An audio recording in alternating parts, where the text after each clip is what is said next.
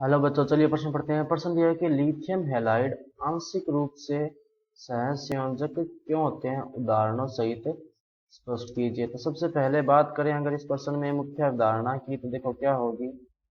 मुख्य अवधारणा जो इस प्रश्न में होगी वो होगी लिथियम हैलाइड की सहसंयोजक प्रकृति।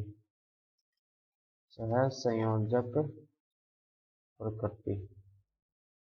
तो देखो क्या होता है कि लिथियम हैलाइड का, लिथियम जो है का आकार छोटा होता है। आकार छोटा होता है जिससे इसकी ध्रुवण क्षमता अधिक होती है। ध्रुवण क्षमता अधिक होती है। ध्रुवण क्षमता क्या होती है? अधिक होती है। इसका मतलब जब ये हैलाइड से जुड़ेगा तो यह हैलाइड यानी हेलोजन जो होगा, ये इलेक्ट्रॉन अभ्र यानी इलेक्ट्रॉन क्लाउड जो होता है,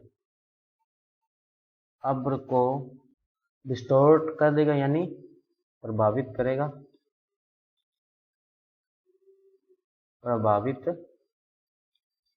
करेगा जिससे इसमें जो है, जिससे लिथियम हैलाइड में सहसंयोजक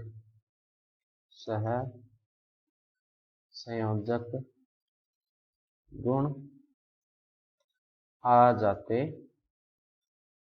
हैं। सहसंयोजक गुण आ जाते हैं और हैलाइड का आकार जितना बड़ा होगा उसका विरूपण उतना ही अधिक होगा। हैलाइड का आकार जितना बड़ा होगा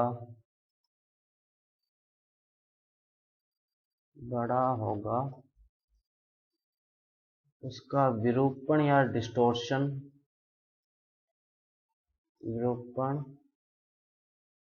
उतना ही अधिक होगा।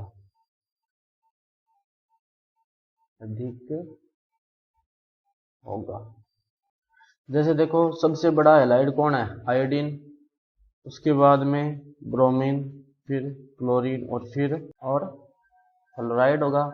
तो सहसंयोजक गुण देखो किस में ज्यादा होंगे? सहसंयोजक गुण जो है वो किस में ज्यादा होंगे?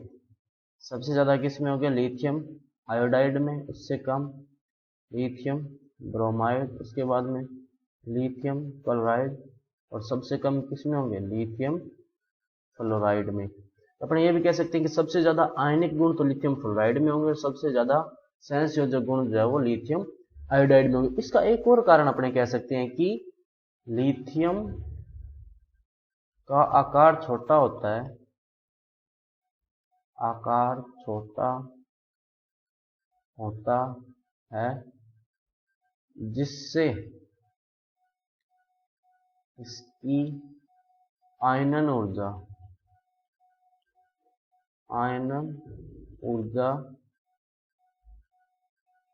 अधिक होती है। आयनन ऊर्जा अधिक होती है, इसका मतलब यह अपेक्षाकृत मुश्किल से इलेक्ट्रॉन दान करेगा।